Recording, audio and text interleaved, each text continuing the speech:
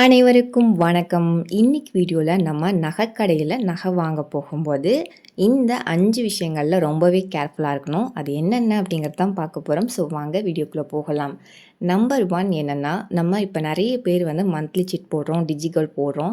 இது மாதிரி ஸ்கீம் முடிஞ்சு நீங்கள் நகை வாங்க போகிறீங்க அப்படின்னா, நகைக்கடைக்கு போன உடனேயே இந்த மாதிரி நான் ஸ்கீம் முடிஞ்சு தான் நகை வாங்க வந்திருக்கேன், டிஜிகோல்டு முடிஞ்சு நகை வாங்க வந்திருக்கேன் அப்படிங்கிறத சொல்லாதீங்க.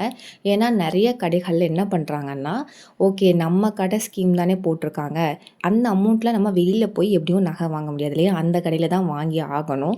அப்படிங்கிறப்போ அவங்க என்ன பண்ணுறாங்கன்னா, பெருசாக டிசைன்ஸ் எதுவும் எடுத்து காட்ட மாட்டேங்கிறாங்க. அதே மாதிரி பழைய டிசைன்ஸு, அப்புறம் போகாத டிசைன்ஸ் எல்லாம் இருக்கும் இல்லையா, இதெல்லாம் காட்டிட்டு இதுக்கு மேலே இல்லைங்க அப்படிங்கிற மாதிரி சொல்கிறாங்க. இன்னொன்று ரெஸ்பாண்ட் வந்து ஒழுங்காக பண்ண மாட்டேங்கிறாங்க சில கடைகளில்.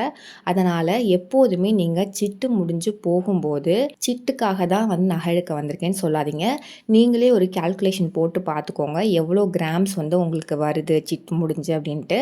ஸோ அதை வச்சு நீங்கள் என்ன நகை எடுக்கணும்னு பிளான் பண்ணுறீங்களோ அங்கே போய் நகைலாம் செலக்ட் பண்ணிட்டு லாஸ்ட்டாக பில் போட போகும்போது மட்டும் சொல்லுங்கள், இந்த மாதிரி சிட் ஸ்கீமு, ஸோ வந்து சிட்காக தான் நகை எடுத்திருக்கேன் அப்படிங்கிறத. ஸோ இது வந்து உங்களுக்கு ரொம்பவே யூஸ்ஃபுல்லாக இருக்கும். அண்ட் சில கடைகளில் பார்த்தீங்கன்னா 0% வேஸ்டேஜ் கிடையாது, 15% வேஸ்டேஜ் வரைக்கும் தான் உங்களுக்கு வந்து தள்ளுபடி அந்த மாதிரி கொடுத்துருப்பாங்க. அந்த மாதிரி கடைகளில் என்ன பண்ணுவாங்கன்னா, ஹை வேஸ்டேஜ் இருக்க நகைகளையும் நமக்கு மிக்ஸ் பண்ணி எடுத்து காட்டுவாங்க. நமக்கு பிடிச்சி போய் எடுத்துருவோம். அதுக்கப்புறம் பார்த்திங்கன்னா உங்களுக்கு எக்ஸ்ட்ரா வேஸ்டேஜ் வந்து பே பண்ணுற மாதிரி இருக்கும். அதனால் மேக்ஸிமம் வந்து சிட் ஸ்கீம் அப்படிங்கிறத லாஸ்ட்டாக வந்து சொல்லுங்கள், பில் போட போகும்போது மட்டும் சொல்லுங்கள். இது நம்பர் 1 பாயிண்ட்டு. அண்ட் அடுத்ததாக பார்த்திங்கன்னா, ரீசெண்டாக நான் நோட்டீஸ் பண்ண விஷயங்கள் என்னென்னா, நகை கடைகளில் டைமண்ட் பர்ச்சேஸ் பண்ண சொல்லி நம்மளை ரொம்பவே கம்பல் பண்ணுறாங்க. லிட்ரலி கம்பல் பண்ணுறாங்க, ரொம்ப கன்வின்ஸ் பண்ணுறாங்க. நம்ம ஸ்ட்ராங்காக எனக்கு வேணாம், டைமண்டில் விருப்பம் இல்லைன்னு சொன்னால் கூட கேட்க மாட்டேங்கிறாங்க. நான் ரெகுலராக பர்ச்சேஸ் பண்ணுற ஒரு கடையில் நான் போய் வாங்கும்போது எனக்கு வந்து டைமண்ட் வாங்க சொல்லிட்டு இருந்தாங்க. நான் சொன்னேன், எனக்கு வேணாம், எனக்கு இன்ட்ரெஸ்ட் கிடையாது, எங்கள் வீட்லேயும் வந்து டைமண்ட் வாங்குறதுக்கு அலோவ் பண்ண மாட்டாங்க அப்படின்னு நான் சொல்லிட்டேன், ரொம்பவே ஸ்ட்ராங்காக சொல்லிட்டேன். ஆனாலும் உங்களுக்கு சர்டிஃபிகேட் தரும், தோஷம் கிடையாது, கோல்டை விட ஒரு 3000 4000 தான் எக்ஸ்ட்ரா வரும். அது மாதிரி ஒரு 15 நிமிஷம் என்னை கன்வின்ஸ் பண்ணிகிட்டே இருக்காங்க. எனக்கு ரொம்ப வந்து டயர்டாகிடுச்சு, எனக்கு வேணான்னு சொல்லி சரி ஏதோ இதான் ஃபஸ்ட் டைம் அப்படின்னு சொல்லிட்டு நான் விட்டுட்டேன். திருப்பி அந்த கடைக்கு நான் போகும்போதும் இதே மாதிரி தான் வந்து பண்ணாங்க, டைமண்ட் வாங்குங்க, டைமண்ட் வந்து நல்லாயிருக்கும். நான் சொன்னேன், ஏற்கனவே வந்தப்பவே நீங்கள் இதெல்லாம் சொல்லிட்டீங்க, எனக்கு வேண்டாம் அப்படின்னாலும் கேட்கல. மறுபடியும் அவங்க சொன்ன எல்லா பாயிண்ட்ஸையும் உட்காந்து சொல்லிட்டு இருந்தாங்க. எனக்கு புரியவே இல்லை, எதுக்காக வேணாம் அப்படிங்கிறவங்களுக்கு இவ்வளோ நேரம் வந்து நீங்கள் டைம் ஸ்பெண்ட் பண்ணி கன்வின்ஸ் பண்ண ட்ரை பண்ணுறீங்க. அது வந்து கஸ்டமருக்கு வந்து இரிட்டேட் தான் ஆகும் அப்படிங்கிறது அவங்களுக்கு புரியலையா, இல்லை வந்து இதை பண்ணி தான் ஆகணும்ன்ட்டு பண்ணுறாங்களான்னு எனக்கு தெரியல. ஸோ நீங்கள் டைமண்ட் வாங்குகிற ஐடியா இல்லாமல் நகைக்கடைக்கு கோல்டு வாங்க போகிறீங்க அப்படின்னா என்ன தான் கன்வின்ஸ் பண்ணாலும் டைமண்ட் வாங்காதீங்க. இன்னொன்று என்னோட பர்சனல் சஜஷன் என்னென்னா, டைமண்டில் பெருசாக நமக்கு வந்து எந்த ஒரு லாபமும் கிடையாது. உங்களுக்கு ஆசை இருக்குது அப்படின்னா வாங்கலாம், பட் நீங்கள் சேவிங்ஸ்க்காக தான் நீங்கள் கோல்டே வந்து சேர்த்து வைக்கிறீங்க, ஃப்யூச்சருக்காக தான் அந்த கோல்டு சேவிங்ஸ் எல்லாமே பண்ணுறீங்க அப்படின்னா டைமண்ட் தயவுசெய்து வாங்காதீங்கன்னு தான் சொல்லுவேன். ஏன்னு பார்த்தீங்கன்னா, கோல்டை கம்பேர் பண்ணும்போது டைமண்டோட வேல்யூ வந்து அதிகமாகிறது ரொம்ப கம்மியாக இருக்குது. ப்ளஸ் வந்து ரீசேல் வேல்யூ வந்து டைமண்டுக்கு வந்து கம்மியாக தான் நமக்கு கிடைக்குது. அதனால் கம்பேர் டு கோல்டு உங்களுக்கு டைமண்டில் பெரிய லாபம் கிடையாது. ஸோ அதனால் வந்து உங்களுக்கு டைமண்ட் போடணுன்னு ஆசை இருக்குது, டைமண்ட் வாங்கணும்னு ஆசை இருக்குன்னா மட்டும் வந்து பர்ச்சேஸ் பண்ணுங்கள். ஷாப்ஸில் நம்மளை கன்வின்ஸ் பண்ணுறாங்கன்னு சொல்லி அங்கே போய் மனசை மாற்றிக்கிட்டு டைமண்ட் வந்து பர்ச்சேஸ் பண்ணாதீங்க. அது வந்து நமக்கு மிகப்பெரிய லாஸ் தான். நெக்ஸ்ட்டு, நம்ம எப்போதுமே ஒரு பிளானோட தான் கோல்டு ஷாப்புக்கு போவோம். இந்த நகை வாங்க போகிறோம், இவ்வளோ கிராமில் வாங்க போகிறோம், வேஸ்டேஜ் வந்து இந்த லெவலில் இருந்தால் ஓகே அப்படின்னு சொல்லிட்டு நம்ம ஒரு மைண்ட் செட்டில் போவோம்.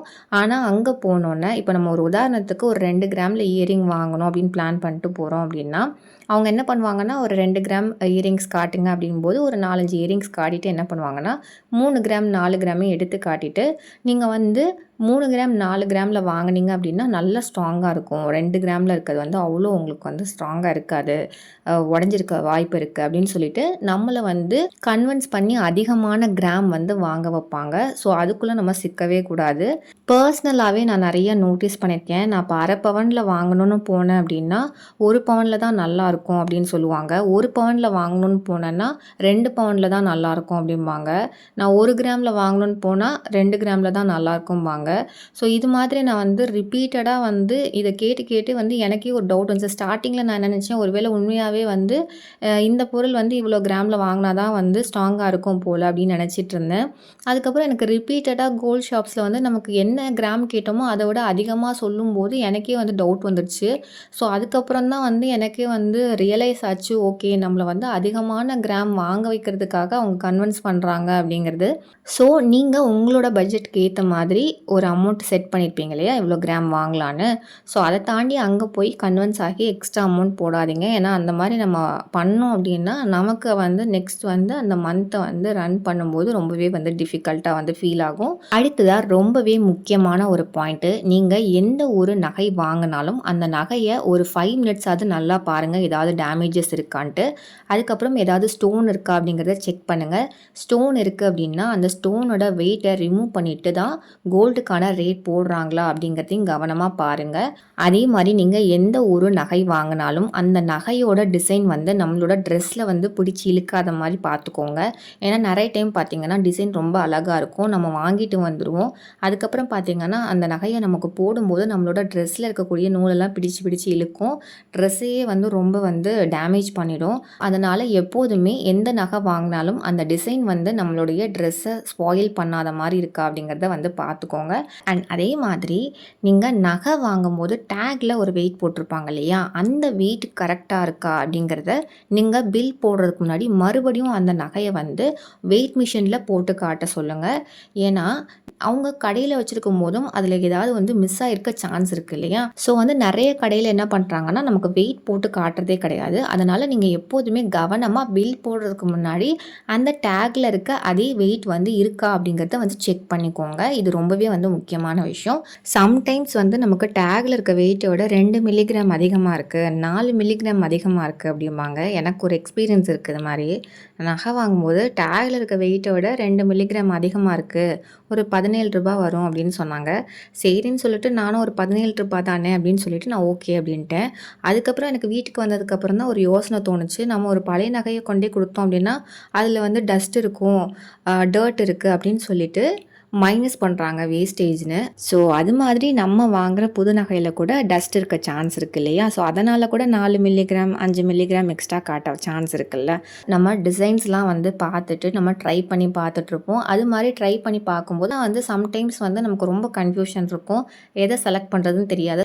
இந்த நகை வந்து உங்களுக்கு ரொம்பவே சூட்டபுளாக இருக்குது, உங்கள் ஃபேஸ் கட்க்கு வந்து இது ரொம்ப அழகாக இருக்குது அப்படின்னு சொல்லிட்டு கன்வின்ஸ் பண்ணுவாங்க. இதை நான் நிறையா ஷாப்பில் பார்த்துருக்கேன். ஸோ வந்து அந்த மாதிரி கன்வின்ஸ் பண்ணும்போது நமக்குமே வந்து ஒரு ஃபீல் ஆகும், ஓகே இதுதான் நம்ம முகத்துக்கு நல்லாயிருக்கும் போல், ஸோ இது வந்து நல்லா சூட் ஆகுது போல் அப்படின்னு சொல்லிட்டு நம்ம வந்து செலக்ட் பண்ணுவோம். ஸோ அது மாதிரி நம்ம செலக்ட் பண்ணும்போது வீட்டுக்கு வந்ததுக்கப்புறம் நமக்கு அதில் ஒரு சாட்டிஸ்ஃபேக்ஷனே இருக்காது, நமக்கு அந்த நகை வந்து பிடிக்காது. அதனால் எப்போதுமே வந்து அங்கே இருக்கக்கூடிய ஸ்டாஃப்ஸ் வந்து கன்வின்ஸ் பண்ணுறாங்க, அந்த டிசைன் வந்து உங்களுக்கு நல்லா இருக்குன்னு சொல்கிறாங்க அப்படிங்கிறதுக்காக வந்து செலக்ட் பண்ணாதீங்க. அண்ட் லாஸ்ட்டாக ரொம்பவே முக்கியமான ஒரு விஷயம், வேஸ்டேஜ், மேக்கிங் சார்ஜஸ், ஜிஎஸ்டி இதெல்லாம் எப்படி கால்குலேட் பண்ணுறாங்க அப்படிங்கிறத தெரிஞ்சுக்கோங்க. ஏன்னா அப்போ தான் வந்து நமக்கு எந்த ஷாப்பில் வந்து பெட்டராக இருக்குன்னு தெரிஞ்சுக்கிறதுக்கு ரொம்பவே யூஸ்ஃபுல்லாக இருக்கும். நமக்கு ஹையாக போடுறாங்களா இல்லை வந்து கரெக்டாக போடுறாங்களா அப்படின்னு செக் பண்ணி பார்க்குறதுக்கு இந்த கால்குலேஷன்ஸ்லாம் வந்து நமக்கு ரொம்பவே இம்பார்ட்டண்ட். ஸோ அந்த கால்குலேஷன் வீடியோஸ்லாம் வந்து நான் ஆல்ரெடி போட்டிருக்கேன், அதோட லிங்க் வந்து நான் டிஸ்கிரிப்ஷன் பாக்ஸில் கொடுக்குறேன், செக் பண்ணி பார்த்துக்கோங்க, யூஸ்ஃபுல்லாக இருக்கும். அண்ட் நிறைய கடையில் பார்த்தீங்கன்னா பில் வந்து நமக்கு புரியவே புரியாது. ஸோ வந்து ரொம்ப கன்ஃபியூசிங்காக இருக்கும். அந்த மாதிரி இருக்குது அப்படின்னா ஒரு 5 மினிட்ஸ் 10 மினிட்ஸ் ஆனாலும் பரவாயில்ல, அந்த பில்லை வந்து எக்ஸ்பிளைன் பண்ண சொல்லி கேட்டுக்கோங்க. அண்ட் வந்து கரெக்டாக வந்து செக் பண்ணியும் பார்த்துக்கோங்க. ஸோ இது மாதிரி நம்ம நகை கடைக்குள்ளே போகும்போது நம்மளை ரொம்பவே கன்வின்ஸ் பண்ணுவாங்க அண்ட் டிஸ்ட்ராக்ட் பண்ணுவாங்க. அதுக்கெல்லாம் வந்து நம்ம ஸ்லிப் ஆகக்கூடாது. ரொம்பவே வந்து ஸ்ட்ராங்காக நம்ம என்ன வாங்க போகிறோம், எவ்வளோ கிராம் வாங்க போகிறோம், எவ்வளோ வேஸ்டேஜில் வாங்க போகிறோம், எந்த மாதிரியான நகை வாங்க போகிறோம் அப்படிங்கிறத மைண்டில் நல்லா ஃபிக்ஸ் பண்ணிக்கோங்க. அங்கே போய் காம்ப்ரமைஸ் ஆகாதீங்க. அண்ட் நகையை நல்லா செக் பண்ணி பார்த்து வாங்குங்க. இந்த வீடியோ உங்களுக்கு யூஸ்ஃபுல்லாக இருந்தது அப்படின்னா சேனலை சப்ஸ்கிரைப் பண்ணுங்கள், லைக் பண்ணுங்கள், ஷேர் பண்ணுங்கள். வீடியோ பற்றின கருத்துக்களை கண்டிப்பாக கமெண்ட் பண்ணுங்கள். நன்றி.